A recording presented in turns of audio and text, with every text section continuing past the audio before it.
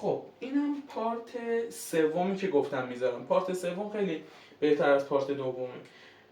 خب تا اینجا من 2 تا کار رو گفتم که انجام بدیم تا بتونیم با هم دیگه بریم توی کافه ای تا بتونیم بریم بازی کنیم. خب گفتم به 100 صبح برسه و به هر کس هم بیاد پک منو بخره من براش هستم. فقط پک های من داره بازسازی میشه. پک های من داره بازسازی میشه. اگر میشه این پک هایم که داره بازسازی میشه یه کمی صبر کنید، فرصت بدید تا این پک من بازسازی بشه و بتونیم شروع به حرکت بکنیم. خب اگر گفتم به 100 صاحب برسیم و اون کسایی هم که بیان اون پک های منو بخرن، پک من را بخرند، 100%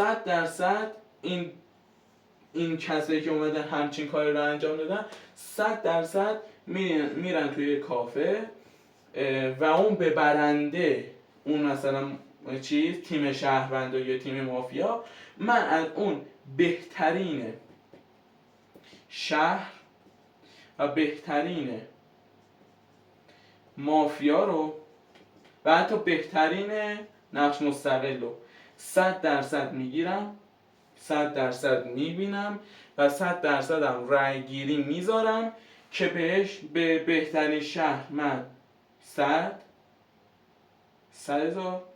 به بهترین مافیا 100,000 نقش مستقل، چون خیلی دیگه توپش پره، ولی تو سناریو پدرخوانده نه جک اسپارکو نه نوستراداموس، تو سناریوی زودیاک.